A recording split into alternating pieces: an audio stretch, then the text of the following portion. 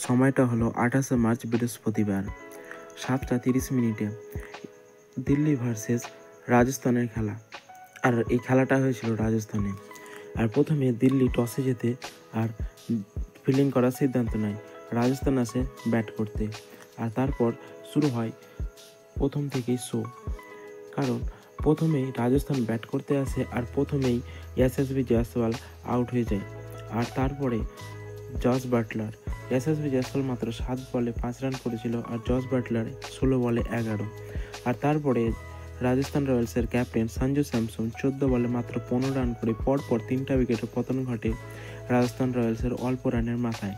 আর তারপরে আসে রিয়ান পরাগ না থাকলে রাজস্থান রয়্যালসের সম্মানও থাকতো না।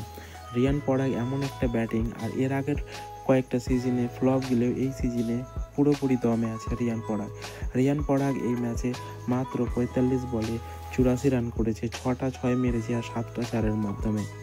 রিয়ান পরাগ এক নতুন সিতারা, যাকে আমরা পরবর্তীতে ইন্ডিয়া টিম থেকে দেখতে পাবো। আর তারপরে রবিচন্দ্রন অশ্বিন অলরাউন্ডার, সে যেমন বলে করে তেমন ব্যাটেও। রবিচন্দ্রন অশ্বিন মাত্র 19 বলে 29 রান করেছে এই ম্যাচে।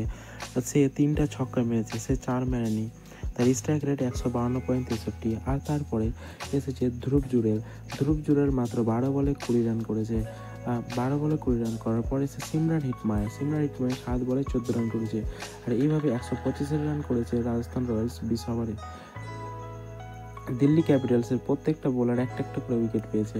আর তারপরে ব্যাট করতে আসছে দিল্লি ক্যাপিটালসের হয়ে ব্যাট করতে এসেছিল ডেভিড ওয়ার্নার ও মিচেল মার্শ। ডেভিড ওয়ার্নার এই ম্যাচে 34 বলে 49 রান করেছে, 3টা ছক্কা মেরেছে 5টা 4-এর মাধ্যমে। আর মিচেল মার্শ 12 বলে 23 রান করেছে। কিন্তু তারপরে আর 0 রান করেছে। আর ঋষভ পান্ত ভেবেছিল যে ম্যাচটা শেষ করবে, কিন্তু টি স্টাফ এত ভালো খেলছিল যে মনে হচ্ছিল যে দিল্লি ক্যাপিটালস এই ম্যাচটা জিতে যাবে। কিন্তু টি স্টাফ মাত্র 23 বলে 44 রান করেছে, 3টা 6 আর 2টা 4-এর মাধ্যমে।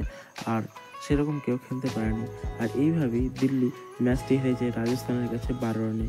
তো বন্ধুরা, তোমাদের কি মনে হয় যে দিল্লি কি কোয়ালিফাই করতে পারবে প্লে অফসে? কমেন্টে অবশ্যই জানাও। আর এইরকম ভিডিও পেতে আমাদের চ্যানেলটিকে সাবস্ক্রাইব করে রাখো।